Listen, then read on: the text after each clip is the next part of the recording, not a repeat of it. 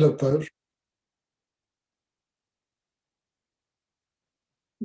Ah, c'est nouveau, s'ils t'avertissent que c'est enregistré. Ouais, c'est ouais. Bon, Ben, donc, la version mise à jour. bon, alors bien qu'on ait quitté la sphira de Malchut, on continue à parler du roi. Donc, la dernière fois, on avait parlé de la mitzvah de nommer un roi et on avait posé la question pourquoi euh, Shmuel Hanavi était contre le fait que les Juifs demandent un roi, il n'était pas content, etc. Vous vous rappelez de tout ça? Et on avait commencé à expliquer que, en fait, le roi, c'est celui qui représente le pouvoir divin dans ce monde, et donc lui doit être soumis complètement devant Dieu. Et lorsque les Juifs se soumettent à lui, eh bien, à travers lui, ils sont soumis devant Dieu. D'accord? Et on avait commencé à expliquer qu'en fait, a priori, la notion de roi ne s'appliquait qu'aux Neshamot qui n'ont pas la force de se soumettre directement à Dieu. Mais il y a des Neshamot, alors on va arriver à ça. Donc on avait expliqué qu'il y avait deux catégories de Neshamot, deux catégories d'âmes. Les âmes qui sont très hautes et qui sont directement en contact avec Dieu. Par contre, il y a des âmes qui ne sont pas assez hautes pour percevoir directement Dieu. Et c'est pour ça que ce sont ces âmes-là qui sont la grande majorité des Juifs qui ont besoin d'un roi. Donc on reprend ici, trois lignes avant la fin, dernier mot. Aval, un Eshamot Agevoot, un Ikraot Talmidei Chachamim, mais les âmes hautes, c'est-à-dire les âmes les plus hautes, qui sont appelées Talmidei Chachamim, alors on va revenir sur ce thème, pardon. Elles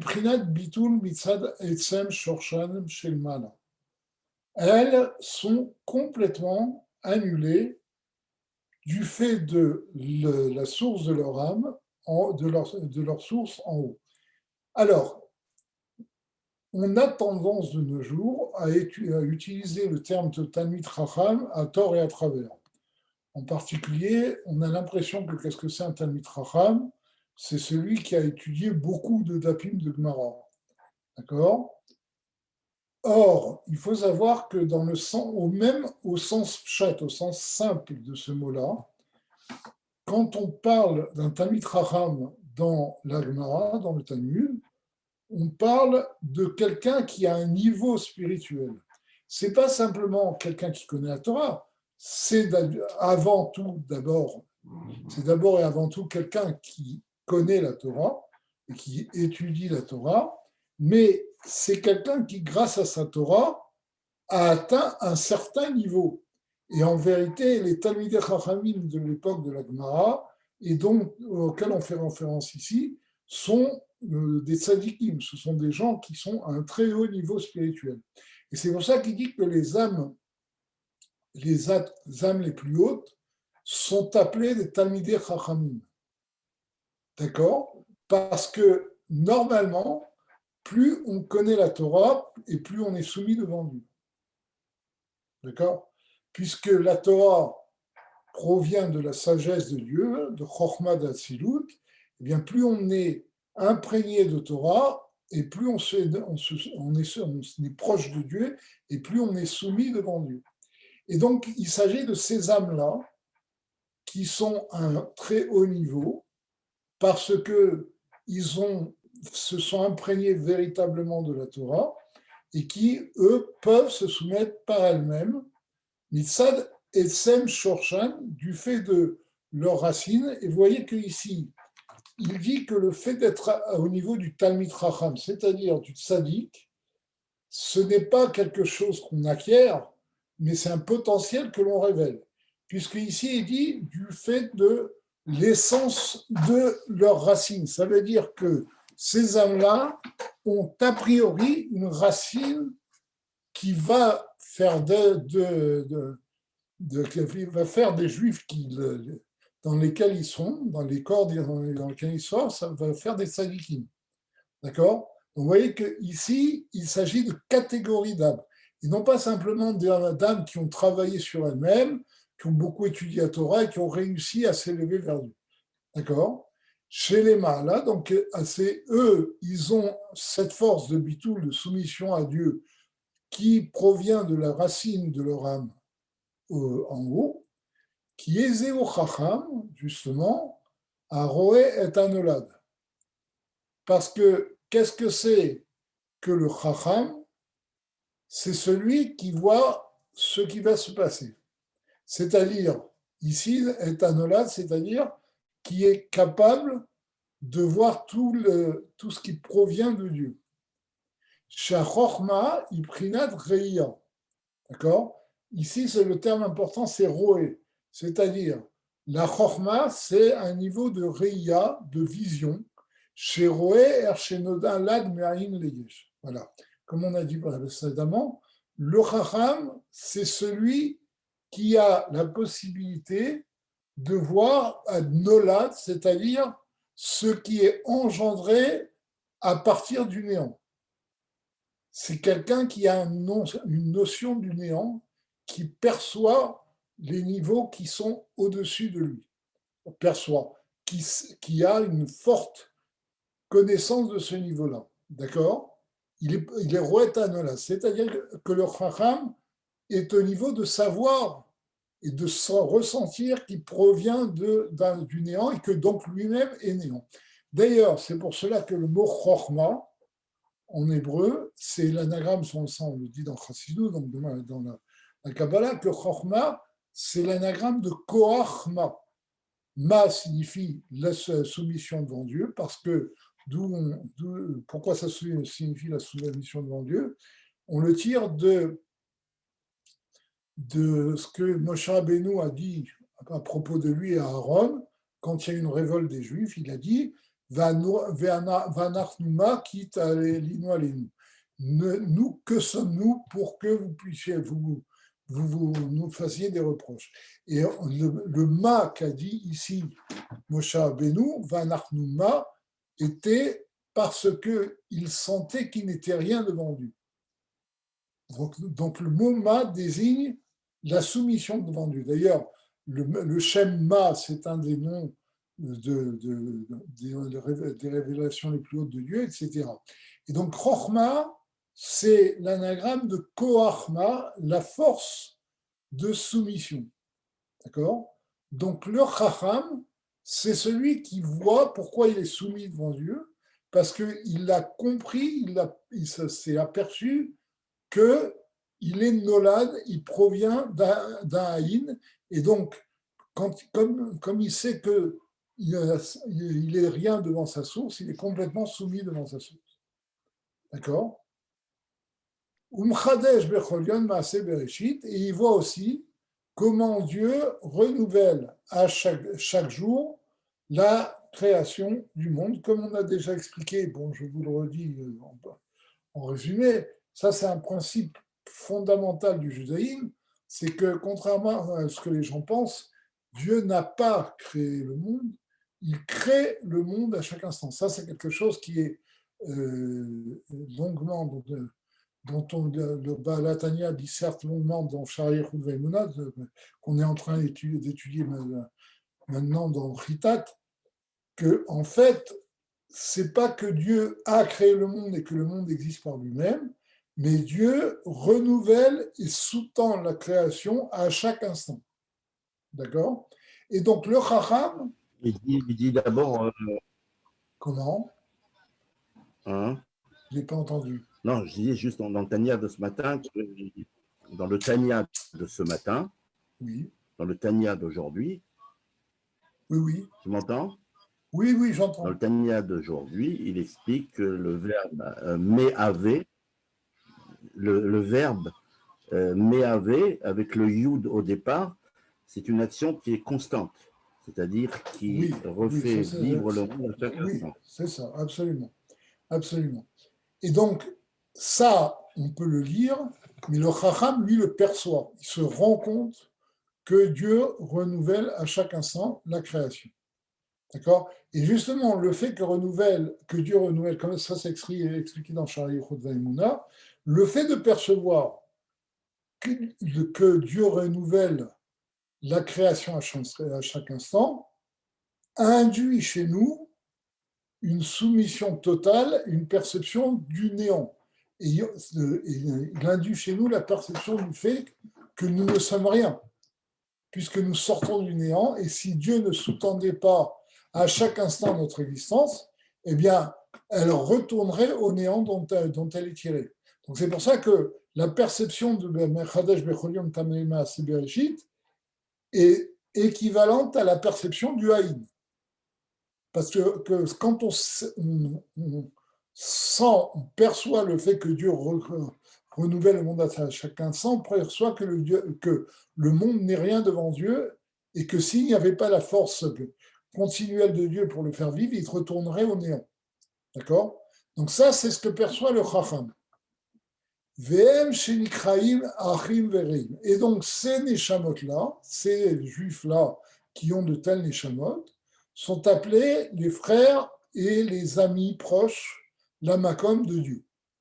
Pourquoi? Parce que leur âme provient d'un niveau très haut qui est proche de Dieu, sans entrer dans les détails. Au banim, ou bien ils sont appelés aussi des fils de Dieu.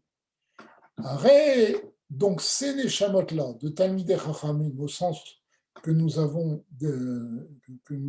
défini tout à l'heure, arrête, Einan Srichim la Melech Klal. Eux, a priori, n'ont pas du tout besoin de roi. Liot mitbatlim, aledo, bitul ayesh. Ils n'ont pas besoin d'un roi pour s'annuler via ce roi, annuler leur existence, qu'Eved Livnei Abeler, comme un serviteur devant le roi. Pourquoi ils n'en ont pas besoin? Sharei, En Beteli Mitzad Amsad, Atzmam, Bridat Bitul Shel Malam Bitul Ayesh.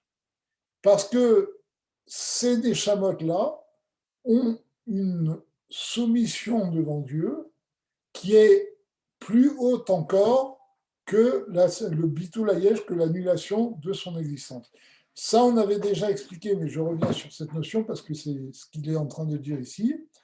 Le bitul ayesh, c'est ce que j'appelle la soumission a posteriori, c'est-à-dire on sent qu'on est quelque chose et on soumet ce quelque chose à Dieu.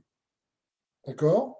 Par contre, il y a le bitul bimsiut, c'est le fait de n'être rien a priori. C'est-à-dire, ce n'est pas une existence qui s'annule, c'est une existence qui c'est un être qui ne sent pas son existence a priori. Il n'a pas besoin de l'annuler puisqu'elle est annulée a priori. On l'avait déjà vu précédemment, mais bon, je le rappelle, c'est la différence qu'il y a entre les sphirotes d'Atsilut et les sphirotes de Bria et des mondes inférieurs. Dans Bria, il y a des anges qui ont un bitul ayesh, ils ont une existence qu'ils annulent devant Dieu, ou dans Yetzira aussi, même dans Asiya. Par contre, dans Atsilut, les sphirotes sont comme des outils dans la main d'un artisan. Ils n'ont pas de volonté propre, pas d'existence propre. C'est ce qu'on appelle bitul binsiut. Ils sont a priori annulés devant Dieu. D'accord? Et donc, ce qu'il dit ici, c'est que ces neshamot sont à un niveau tel qu'ils ont déjà à leur source, puisque la source des tzadikim se trouve dans Malchut d'Atsilut, d'accord, qui est la source de toutes les âmes. La différence avec les autres âmes, c'est que les âmes des autres juifs, toutes les âmes proviennent de Malchut d'Atsilut, d'accord. Enfin, la révélation dans ce monde commence à Malchut d'Atsilut. Leur source première est enracinée dans les niveaux les plus hauts de la révélation divine. Mais disons que au niveau de leur descente dans le monde, Leur source est Malchut d'Atsilut, c'est-à-dire, c'est d'ailleurs Malchut d'Atsilut qui est appelé Knesset Israël. Quand on parle de Knesset Israël, l'assemblée du peuple juif, c'est le niveau de Malchut d'Atsilut qui est la source première des âmes telles qu'elles se révèlent dans ce monde. Mais le fait qu'elles se révèlent dans ce monde ne veut pas dire qu'elles descendent directement de ce Malchut d'Atsilut dans un corps. Seules les âmes des tzadikim descendent directement de Malchut d'Atsilut dans un corps. Les autres juifs, leur âme transite par un des mondes. Et selon le niveau dont elles proviennent, d'accord, c'est-à-dire que les âmes des tzadikim descendent directement, les autres âmes font un arrêt dans un monde. Et ce monde devient la source révélée de leurs âmes. Et c'est pour ça qu'on parle de Neshamot qui sont dans de Neshamot d'Atsilut, de Bria, de Yetzira. Chaque Neshama a un niveau. Parce que c'est pas dans sa source première qui est Malchut d'Atsilut, mais c'est dans la source révélée. Elles vont transiter par un monde, et à partir de ce monde, elles vont se révéler dans le corps. D'accord ? Donc, ce qu'il dit ici, ce que les âmes des tzadikim provenant directement d'Atsilut, et que dans l'Atsilut, il y a une soumission totale devant Dieu, eux sont à un niveau supérieur au bitul hayesh. D'accord ? Au niveau supérieur à l'annulation a posteriori, comme on l'a défini précédemment.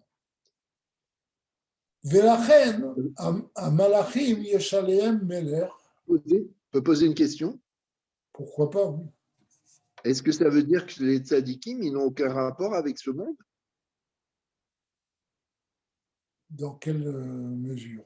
Oui, puisqu'il y a une annulation totale de leur être. Mais non, mais justement, parce que c'est l'annulation. Non, c'est pas de leur être. Enfin, c'est leur âme qui ressent une annulation totale devant Dieu. Et justement, je vous l'ai déjà dit, et je le répète, quand on parle d'annulation, ça ne veut pas dire une annihilation. Dans l'esprit des gens, quand on parle de bitoul, vous savez que d'ailleurs, au sens premier du verbe, le verbe levatel, ça veut dire annuler dans le sens d'annihiler. D'accord ? Quand on dit mevatel, ça veut dire j'annule. Je n'ai aucun rapport avec ça. Mais quand on parle du bitoul de l'âme, l'annulation devant Dieu, c'est une annulation positive, c'est-à-dire, comme je l'ai déjà expliqué, être annulé devant Dieu, ça veut dire substituer le divin à son être. Ressentir le divin à un niveau tellement haut, ressentir son âme et la divinité de son âme à un niveau tel que notre être prend une dimension divine. Et donc, ça ne veut pas dire, comme tu le dis, que les tzadikim sont déconnectés de ce monde. C'est que dans ce monde, ils ont des forces divines très hautes. Et ils peuvent amener cette présence divine dans les mondes. C'est tout le but du tzadik. C'est clair ? Okay. Velachen, à Malachim, yesh alehem beler. C'est pour cela que les anges ont un roi, mipnei shehem gamken prinat yesh pedavar. Comme je l'ai dit tout à l'heure, parce que les anges qui commencent à Bria, eux, ont une existence. D'accord ? Une existence très faible, ou faible, ça dépend du niveau. Les anges, les séraphim qui sont dans Bria ont leur seule existence, leur seul yeshout, c'est sentir qu'ils ne sont rien. Mais ils sentent qu'ils ne sont rien. Ce n'est pas qu'ils ne sont pas du tout comme les sphirotes d'Atsilut. Ils ont une existence, leur existence, c'est de sentir qu'ils ne sont rien devant Dieu. Ils se sentent annulés. Vous voyez, c'est C'est très fin comme différence. Dans Atsilut, les sphirotes ne se sentent pas du tout. Les anges qui sont dans Bria se sentent qu'ils ne sont rien devant Dieu. D'accord? Donc, c'est pour cela que les anges ont un roi, parce qu'ils n'ont pas le même bitoul que les tzadikim. Chez elles, Gabken, Prinat, Yesh Vedavar, parce qu'ils ont aussi une existence. Kmo Michael et Gabriel, comme par exemple Michael et Gabriel, qui sont justement les deux chefs des anges de Chesed et Gvura, d'accord? Agam Shomvim Ba'ava Veira Tamid, bien qu'ils aient en permanence un amour et une crainte de Dieu révélés en eux, Arei Mikol Makom, ou Messiut Nifrad Leatzmo, ils sont quand même une existence en eux-mêmes. Yere Hashem, c'est-à-dire c'est une existence qui craint Dieu. Je crains Dieu. D'accord? Alors qu'au niveau d'Assilut, c'est que le je n'existe plus. D'accord? Donc c'est une existence qui craint Dieu et qui aime Dieu. Messiou Nifrad Lasmo, Yere Hashem, Veo Avo, qui craint et qui aime Dieu. Donc leur existence tient dans le fait qu'ils ressentent une crainte et un amour de Dieu. Alken Yesh Aleem Meler. C'est pour ça qu'elles ont un roi. Hu Mashekatu Malchut Cha Malchut Kololami. C'est ce que nous dit le verset dans Ashrei, que ta royauté est la royauté de tout le monde. C'est-à-dire que la royauté divine s'exprime dans chaque monde.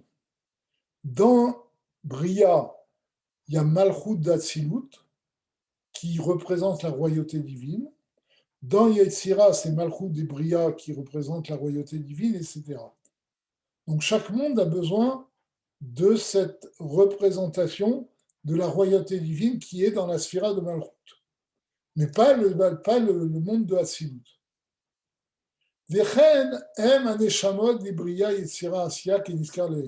Et il en va de même pour les âmes, comme on a dit tout à l'heure, dont la source révélée n'est pas dans Hatsilut directement, comme les tzadikim, mais dans Bria, Yetzira, Asiya. Aval, Aneshamot Agevot. Par contre, les âmes très hautes, comme Nishmat Rashbi, comme l'âme de Rabbi Shimon, Echayose, etc., En Biprinat Banim. Elles sont des âmes qui sont les fils de Dieu. Vehem, c'est-à-dire que pour eux, Dieu n'est pas un roi, mais il est un père. Il y a une relation de proximité avec Dieu qui n'est pas pour les autres neshamot. Et elles sont à un niveau qui est au-dessus de l'acceptation d'un roi physique. C'est d'accord chez les Mata Aleem, donc un roi physique qui va être sur eux. Chez Eno et là, les Mishéou et Ved Dalka. Parce que ça, ce n'est vrai que pour un serviteur d'Aïnou, chez Oudavar Moufraz.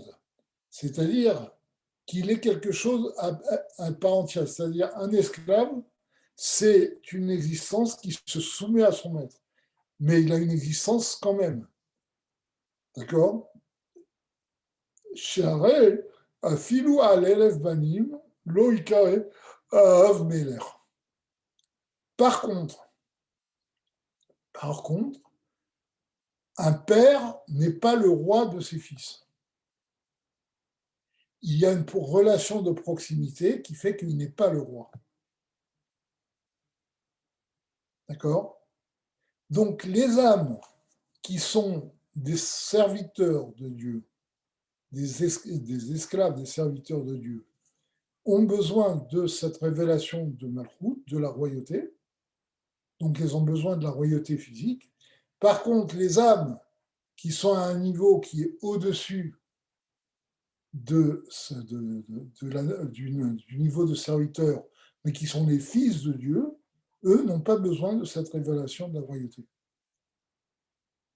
Qui est un méprinat atsilut, voilà, comme on a dit tout à l'heure, parce que ces âmes des tzadikim proviennent du niveau d'atsilut, chez Hu Elokut Mamash, qui est véritablement divin. Ça, on l'a longuement expliqué dans Mitzvah Amanat Elokut et les autres mitzvot.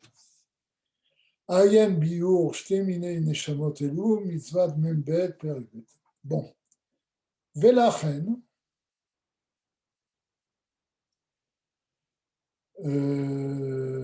oui, Velachen, Loratsa Shmuel le'amlich alehem melech. C'est pour ça que Shmuel Hanavi n'a pas voulu nommer un roi sur le peuple juif. Ki ratsa sheyu kulam bemadrigazu. Parce que Shmuel voulait que les Juifs soient tous à ce niveau de soumission directe à Dieu et ne pas passer par un roi. Et s'ils atteignent ce niveau, ben, ils n'auront pas besoin d'un roi. La Sarvadam est d'un roi physique. Et c'est pour ça que dans la prière, on invoque notre Père, notre Roi. Qui a acheté Abochinot, ces deux niveaux, Vinu Omrim Chatanu, Vechet Ainu Bishgaga, Malkinu Omrim Pashanu, Ufshia et Bezadon. Quand on dit notre Père, on dit Chatanu, nous avons fauté, c'est-à-dire dire Chet, c'est de façon involontaire, parce qu'un fils ne se révolte pas vraiment contre son père. Par contre, si on sur Malkenu porte le Pashanu, nous avons fauté, et ça c'est la faute volontaire. Parce que quelqu'un qui a besoin d'un roi, ça veut dire qu'il est déconnecté, il ne ressent pas d'une connexion directe avec Dieu, et donc il peut faire des fautes volontaires. D'accord ?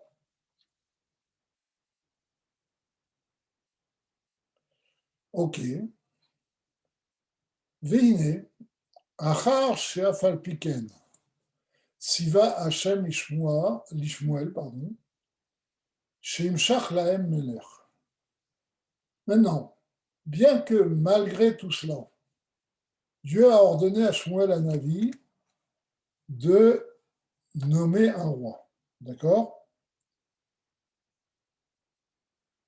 Mais achar shen al kol panim b'madrigazu, shetzrichim bitul hayesh. Parce que les Juifs étaient au moins dans ce niveau-là de bitul hayesh, c'est-à-dire d'une annulation de leur existence, mais pas d'une annulation totale devant Dieu.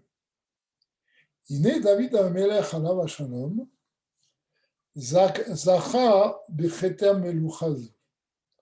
Eh bien, c'est David Amelech alav hashalom qui a mérité ce sceptre, cette couronne, de la royauté. Puisque la royauté du roi David ne s'est jamais arrêtée. Tous ses descendants ont été rois. Il y a toujours eu un descendant du roi David jusqu'à Machiar. Et même les exilarques, c'est-à-dire les chefs du peuple juif pendant l'exil de Babylonie, descendaient de David Amelech, comme c'est écrit dans Rashi, dans la paracha de Vezot HaBaracha. D'accord ?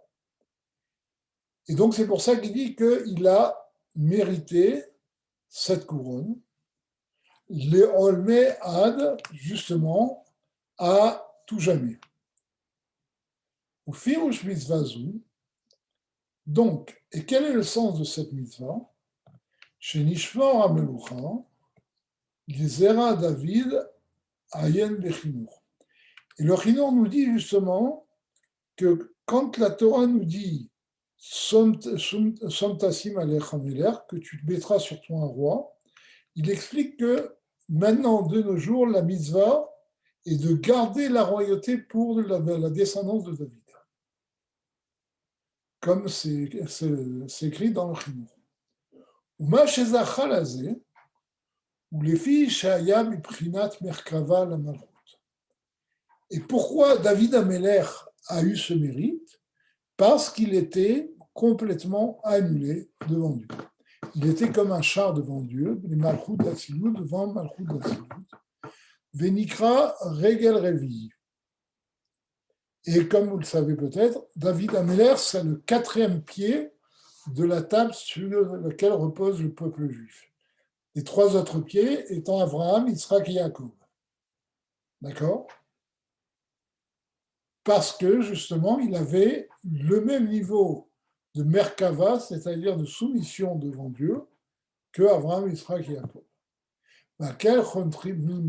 Magen David. C'est pour ça que, de la même façon qu'on termine en disant Magen Abraham, on termine aussi dans une certaine brachot par Magen David. Ok. Comme la Gemara nous dit, parce que je pense que c'est utile d'enlever un quiproquo. Une fois, j'étais dans une ville lointaine et il y avait un juif religieux d'Israël qui passait son temps à étudier le Nar. Toute la fila, il était devant un livre de Nar. Dès qu'il y avait un moment de livre, il était.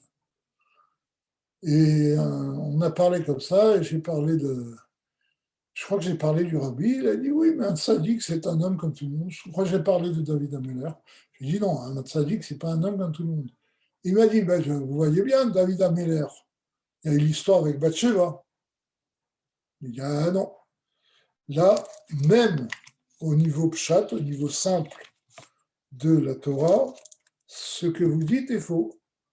Il m'a dit pourquoi. Je lui ai dit, c'est une Gemara claire, c'est dans 2 endroits dans la Gemara, il y a écrit Kol haomer David Améler chata eino ela toe. Que toute personne qui dit que David Améler a fauté est quelqu'un qui se trompe. C'est une erreur. Comment c'est possible de dire ça? Al-Pipchat, alors est-ce que vous connaissez la raison? C'est pas la peine de rentrer dans un pitpoul de Gemara où je vous l'explique. Pas tous à la fois. Allez-y, allez-y. Bon, la Gemara, elle explique pourquoi Al-Pipchat d'une façon simple, halachique. Pourquoi David Améler n'a pas fauté? Pour une raison très simple, c'est que lorsque il a dit à comment c'est Uriah Achiti, le mari de Bathsheba, d'aller rejoindre sa femme, celui-ci lui a répondu « Comment pourrais-je rejoindre ma femme alors que mon maître Yoav, qui était le chef des armées, se trouve sur le champ de bataille ?» Et la Gemara a dit « Là, il a fait 2 crimes de lèse-majesté. » Et vous savez que d'un crime de lèse-majesté, justement, ça montre le bitoul, la soumission devant le roi. Dans la halacha, un crime de lèse-majesté est puni de mort.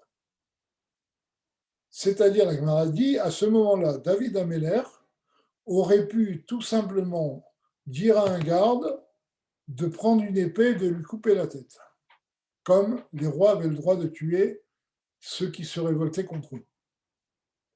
En quoi il a fait un double crime de lèse-majesté? C'est que d'une part, il a refusé à David de rejoindre sa femme, d'accord? Et d'autre part, il a appelé devant David Adoniaou son maître. Or, devant un roi, personne n'est son maître. Et la Gemara dit, David est allé l'ifnim ishurat adin, il a été magnanime, et il a envoyé au front au lieu de le tuer. Bon, vous allez me dire, ça ne résout pas l'adultère avec Bathsheba, parce que quand il a eu cette relation avec Bathsheba, qui sortait du mikvé, d'ailleurs. Donc, il n'y a pas eu d'issur de Nida, ça c'est important de le dire.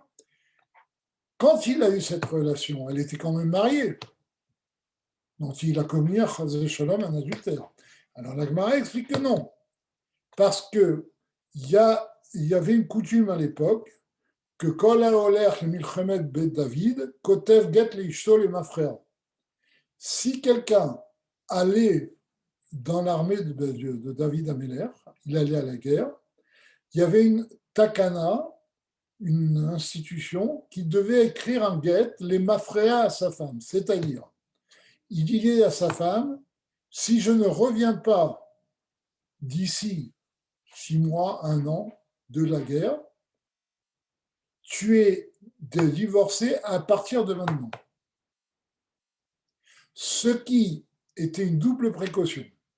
Première précaution, c'est que la femme ne soit pas agouna, c'est-à-dire, vous savez, une femme qui ne sait pas ce qu'est devenu son mari n'a plus le droit de se remarier. Or, sur un champ de bataille, il y a des gens qui restent sur le champ de bataille, on ne sait pas ce qu'ils sont devenus. On ne répertorie pas tous ceux qui ont été prisonniers. Ils peuvent être prisonniers, on ne sait pas. Et donc, s'il n'y avait pas ce guet, ils laisseraient leur femme dans un doute qui les empêcherait de se remarier. Alors que s'ils ne revenaient pas de la guerre au bout de 12 mois, elle était divorcée. Et elle pouvait se remarier. D'autre part, si par hasard ces femmes-là, qui restaient sans leur mari, avaient un coup de folie et avaient une relation avec un homme, bien s'ils ne revenaient pas, ça protégeait cette femme-là. Et donc, quand David Améler a eu cette relation avec Bathsheba, elle était certes mariée, mais du fait que Uriah Hiti a refusé de revenir vers elle, et qu'il est allé au front et qu'il a été tué là-bas, eh bien, au moment où il a eu cette relation, a posteriori, elle n'était pas mariée. Il y a eu un guet avec effet rétroactif. Donc, c'est comme ça que la Gemara nous dit que si quelqu'un dit que David Améler a fauté, il se trompe. D'accord ? Alors, la question qu'on pose, c'est quand même, on voit bien que le prophète est venu, il y a la fameuse parabole de l'homme qui avait une seule brebis, etc. Bon, oui, parce que la Gemara a résolu le problème de forme. Dans la forme, il n'y a pas eu de faute. Mais dans le fond, c'était pas quelque chose de recommandable à faire. Bien que, Alpi Kabbalah, on dit que Bathsheba, c'était le zivouk de David Améler et que Uriah Hiti lui avait pris. La preuve en est, c'est que Shlomo descend de Bathsheba. D'accord ? Mais il y a l'esprit et la lettre. Dans la lettre, il n'y a pas eu de faute. Dans l'esprit, il y a quelque chose qui, au niveau du tzaddik, n'était pas glatte. C'est pour ça qu'il y a eu des choses. Mais ce n'empêche que vous voyez bien que même le Beth Amikdash, il est appelé sur le nom de David Améler. Re Betecha David. Alors, il y a une autre Gemara qui dit que David Améler était devant de Dieu comme un enfant gâté. Il était à un tel niveau de proximité avec Dieu qu'il était comme un enfant gâté. Et cette autre Gemara, je ne me rappelle plus où c'est, mais je l'avais lu à l'époque, la Gemara nous dit alors, pourquoi est arrivé le problème de Bathsheba ? Parce que David Améler étudiait la Torah toute la nuit. Vous savez que David Améler n'a jamais dormi d'une seule traite, vous savez ça. Les Chachamim nous disent que David Améler dormait comme un cheval. Un cheval dort quelques minutes, il ferme les yeux, il se réveille. Vous ne verrez jamais un cheval couché. S'il est couché, c'est qu'il est très malade. La Gemara dit, David Améler dormait comme un cheval. Il a jamais eu l'obligation de faire Netilat Yadayim parce que vous savez qu'on ne fait de Netilat Yadayim que si on a dormi pendant 60 Neshimot. Il faut qu'on dorme le temps de 60 respirations, qui est environ 20 minutes. David Améler n'a jamais dormi d'une seule traite plus de 20 minutes. Et il voulait garder toutes ses nuits pour étudier la Torah. Parce que c'est quelque chose de très haut d'étudier la Torah la nuit. Il y a même un sikha du Rabbi où il explique que quand on dit que celui qui étudie la Torah la nuit, il a un chut shel chesed, un fil de bonté qui est sur lui pendant le jour, il dit c'est principalement l'étude de Psimiut Torah. Donc l'étude de la Torah la nuit est très importante. De nos jours, on n'a plus le niveau de le faire, on n'a plus la force. Mais David Améler étudiait toutes les nuits. Et pour ne pas perdre un instant de l'étude de la Torah, il avait ses relations avec ses femmes pendant la journée. Et Dieu lui a dit, ce n'est pas bien. Il a dit, moi, ça ne me détournera pas de la Torah.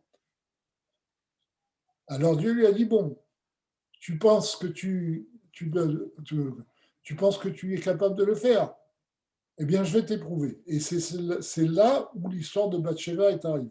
Vous voyez que tout ça, c'est quelque chose qui est entre Dieu et David Améler.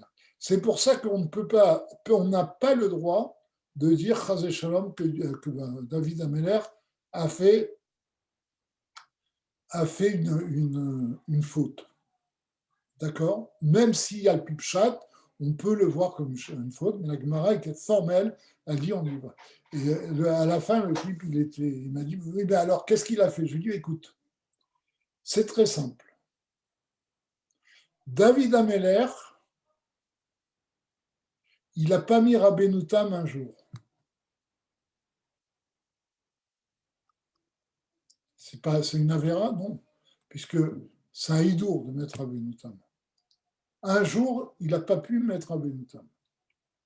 Ou bien même, tu vas dire qu'au lieu de le mettre juste après la tfila, il l'a mis dans l'après-midi. Mais pour un tzaddik, il y a tout un mamar du rabbi précédent qui dit que pour un tzaddik, il y a des choses qui sont des mitzvot pour les juifs qui deviennent des avérotes pour un tzaddik. Il y a un exemple frappant dans le Gemara Baba Metzia. Dans à Socher Atapoalim, il y a une histoire avec Rabbi Yehuda Anassi, très étonnante. Rabbi Yehuda Anassi, un jour, a vu un mouton qui s'est échappé de son troupeau. Le troupeau était conduit à l'abattoir. Et il y a un mouton qui s'est échappé de son troupeau. Il s'est réfugié sous l'habit de Rabbi Yehuda Anassi. Rabbi Yehuda Anassi a pris le petit mouton, il l'a ramené à son berger et il lui a dit « Va, car tu as été créé pour ça ».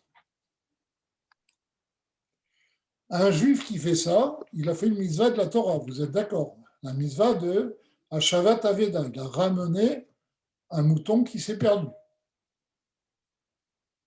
La Gemara nous dit qu'à cause de ça, Rabbi Yehuda Anassi a souffert le martyre pendant 11 ans. Il a eu des cailloux dans la vessie et du muguet dans la bouche, l'un après l'autre. Et pourquoi? Parce qu'il n'a pas eu pitié de ce petit mouton. Et ça s'est arrêté, ces épreuves se sont arrêtées le jour où sa servante a vu une portée de belettes et elle a voulu les chasser, les balayer. Il a dit non, laisse-les vivre, ce sont des créatures de Dieu. Et là, comme il a eu pitié de petites belettes, ces épreuves se sont arrêtées. Qu'est-ce qu'on voit de cette histoire? On voit quelque chose d'extraordinaire. C'est que parce qu'il a fait la mitzvah de Hashavat Aveda sans avoir pitié du petit mouton, il a subi 11 ans de souffrance. Donc vous comprenez la relativité de la notion de faute chez le tzaddik. Là, on mesure bien cette relativité dans l'histoire de Rabbi Yehuda Hanassi. C'est cette même relativité que l'on trouve dans l'histoire de David Ameller. Donc tout ça pour vous dire que n'écoutez pas les gens qui racontent n'importe quoi, surtout ceux qui n'ont pas de rapport avec Pnimiut Torah, pour qui le tzaddik n'existe pas ça. Je ne sais pas si vous l'avez déjà entendu, mais bon, moi je l'ai entendu plus d'une fois, de gens qui étudient la Gemara, qui se connaissent la Torah, et qui vous disent que ils ont même un pasouk, que En Tzadik Ba'aretz, ça sert le Yerta Veya Setom. Vous connaissez ce pasouk? Il n'y a pas de tzaddik sur la terre qui ne va pas fauter et qui va faire que du bien. Alors, c'est une question. Dans Chassidut, on explique que le mot chet, c'est un manque. Justement, on le voit à propos de Yaakov Avinu, Miyadit Echatena, il dit à Lavan, j'ai gardé tes troupeaux pendant 20 ans, et s'il en manque un, d'accord, eh bien, il a manqué de ma main. Et j'aurais dû te le rembourser. Il n'a pas manqué un seul bouton de ton troupeau, de tes troupeaux. Et de là, on voit que le mot chet signifie un manque. On le voit, il y a une deuxième preuve qu'on a pendant Chassidut, c'est que justement, quand il y a eu la révolte d'Adoniaou, qui a, je ne sais pas si vous connaissez, c'est dans l'Haftara de Vayechi, il y a un des fils de David qui s'appelait Adoniaou, qui était très beau, etc., qui convoitait le pouvoir, et profitant du fait que David Amelech était vieux, il a commencé à monter sur un grand cheval avec des beaux habits de royaux et tout, et il a dit, et tout le monde s'est mis à crier, voilà, vive le nouveau roi, vive le nouveau roi, d'accord? Et il a invité toute la cour à un magnifique festin. Et Bathsheba est allée voir David Amelech avec le prophète, et elle a dit à David Amelech, Vani ou Shlomo Chataim. Il a invité tous les gens de la cour, mais Shlomo et moi, nous étions manquants. On n'était pas dans la liste des invités. Et de là, on voit que le mot chet signifie un manque. D'accord? Et donc, quand on dit En Tzadik Ba'aretz Asher Lo Yirta, ça veut dire qu'un tzaddik a toujours un manque spirituel, c'est normal, parce que Dieu étant sans limite, un tzaddik n'est jamais parfait. Il a toujours un niveau à monter, heureusement, parce que sinon, c'est une sorte de plaisanterie, mais ce serait ennuyeux d'être un tzaddik si on ne montait pas niveau en niveau. Donc c'est ça le sens Achar Lo Yirta, qui n'a pas un manque. Donc, tout cela pour vous dire que c'est ce que dit ici le Tzemar Tzedek est tout à fait justifié, que David Amelech était une Merkava, avait la même soumission devant Dieu que les patriarches. Il était comme un char devant Dieu.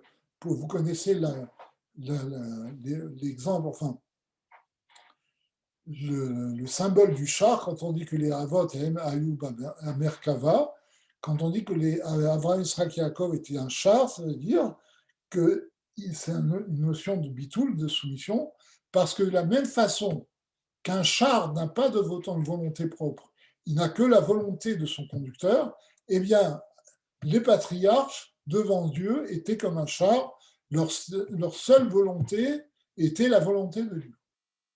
Et donc, tout ça pour nous expliquer qu'on peut, sans problème, dire la même chose sur David Ameller, qui était une Merkava devant Dieu. Et comme on dit, plus que ça, vous avez vu, qu'on le compare à Avraham, Yitzhak, Yaakov, puisque c'est le quatrième pied de la table. Au point qu'on termine par Magen David.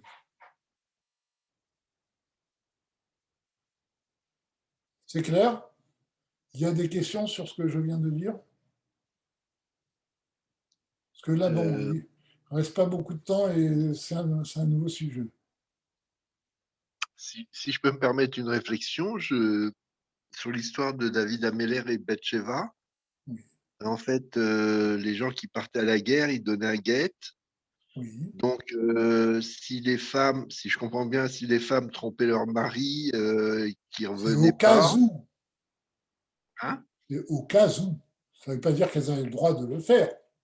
Oui, oui, j'ai bien compris, mais au cas où Oui. trompaient leur mari et qui revenaient pas, elles Oui, mais seraient. c'était pas le but. Ça, c'était un effet collatéral. Le but de ce guet, c'est de faire que les femmes ne soient pas agounottes. D'accord, on ne faisait pas ce guet-là pour leur permettre de faire de l'adultère quand leur mari n'était pas là. Ok, ça, jamais dans la halakha, on a fait quelque chose pour que la faute, pour permettre aux gens de fauter. Vous savez que il y a quelqu'un qui m'a dit qu'au siècle dernier, il y avait un grand chacham que l'on ne cite pas, qui avait voulu instituer que les jeunes filles aillent au mikvé. Et il y a eu une levée de boucliers de tous les rabbinim d'Europe centrale et de l'Est. Son intention était très louable. C'est que comme c'était une époque où les jeunes filles commençaient à s'émanciper, les jeunes gens aussi, donc il a dit, s'ils ont des relations ensemble, au moins qu'ils ne transgressent pas l'interdiction de Nida qui est Chayav Karet.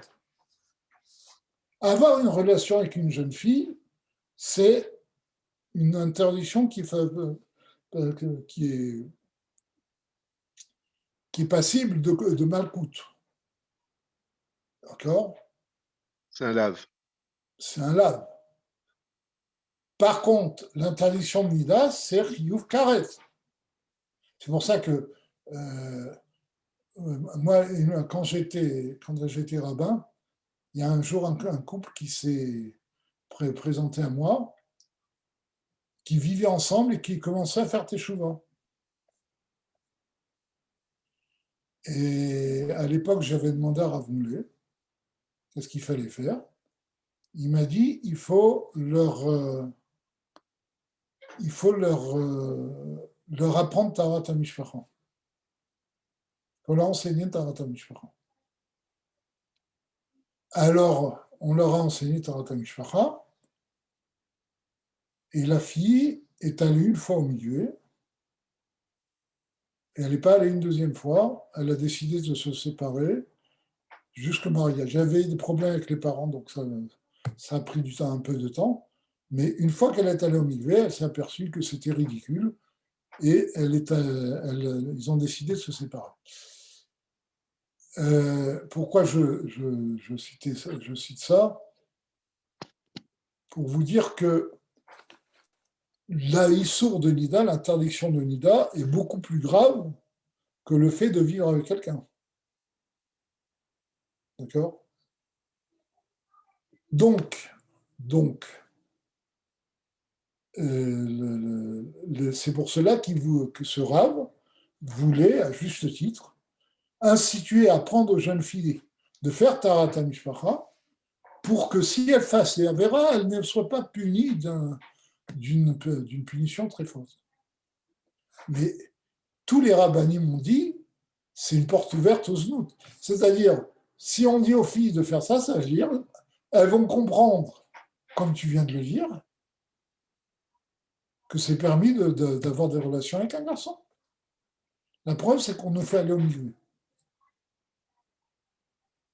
D'accord? Donc, le but de ce guet, c'était pas pour couvrir l'adultère, mais un effet collatéral, ça a été de couvrir l'adultère de David Ameller. Et peut-être pour d'autres femmes aussi. Mais en tout cas, le but premier, c'était de ne pas laisser les femmes à Gounod. C'est clair? Voilà. C'est pas de couvrir, c'est pas de couvrir l'adultère.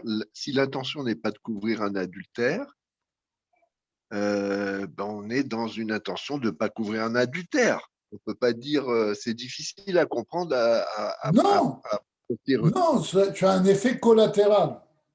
Ce n'est pas le but premier.